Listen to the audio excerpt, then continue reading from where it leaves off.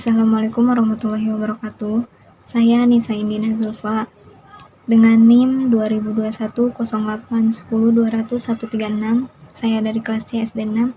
Di sini saya akan memaparkan mengenai artikel penelitian saya yang berjudul Meningkatkan kemampuan menyelesaikan soal cerita matematika siswa kelas 4 SDN Pondok Cabe Ilir 01 melalui pendekatan problem solving.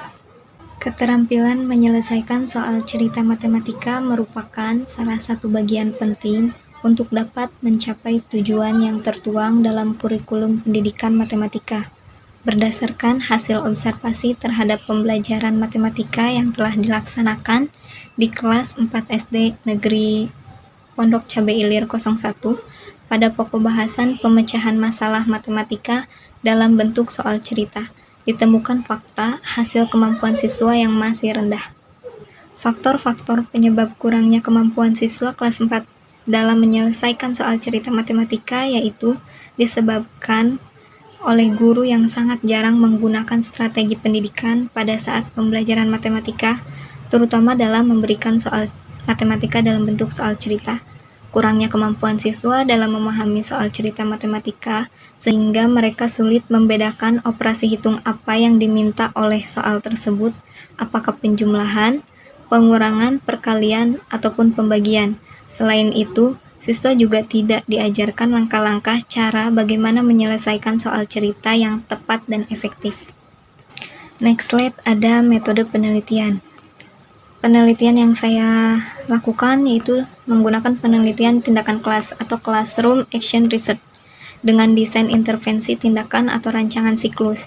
Nah, penelitian ini menggunakan model Chemis and Taggart dalam bentuk siklus yang meliputi tahap-tahap perencanaan atau planning, tindakan atau action, observasi atau observing, dan refleksi atau reflection. Setelah tahap refleksi, lalu dilanjutkan dengan perencanaan kembali atau planning lagi. Teknik pengambilan data yang saya lakukan dalam penelitian ini ada dua. Yang pertama yaitu data mengenai tingkat kemampuan siswa, yang kedua yaitu dokumentasi atau foto. Next slide, di sini ada hasil dan pembahasan. Hasil dan pembahasan di sini saya bagi menjadi 3 poin. Yang pertama yaitu ada prasiklus, yang dimana peserta didik diberikan tes awal untuk mengetahui sejauh mana tingkat kemampuan siswa dalam menyelesaikan soal cerita matematika. Nah, yang kedua ada siklus pertama, yang mana siklus ini dilakukan sebanyak 2 kali pertemuan.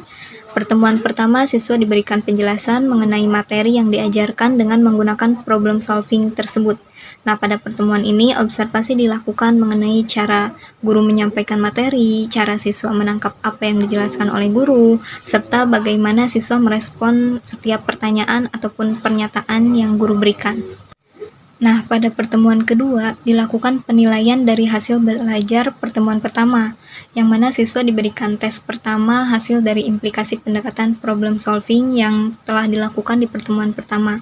Nah, hasilnya tersebut dievaluasi untuk menuju siklus 2. Untuk poin ketiga yaitu siklus kedua. Nah, siklus ini sama seperti siklus pertama, yakni dilakukannya sebanyak 2 kali pertemuan. Hasil pada siklus ini menjadi penentu apakah kemampuan siswa meningkat dalam menyelesaikan soal matematika dengan menggunakan problem solving ini.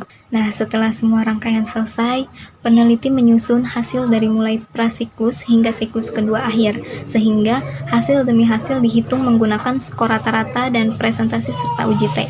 Nah, pengujian ini bertujuan untuk menguji bagaimana pengaruh serta parsial dari variabel bebas terhadap variabel terikat, yaitu dengan membandingkan hasil skor pertama dan selanjutnya. Next, terakhir di sini ada kesimpulan. Pendekatan problem solving dalam pembelajaran dapat meningkatkan kemampuan menyelesaikan soal matematika pada materi luas dan volume bangun ruang pada kelas 4 SDN Pondok Cabe Ilir 01 ini. Nah, nilai rata-rata matematika siswa pada prasiklus adalah 51,2, meningkat pada siklus pertama menjadi 67,2, dan pada siklus kedua meningkat lagi menjadi 71,2.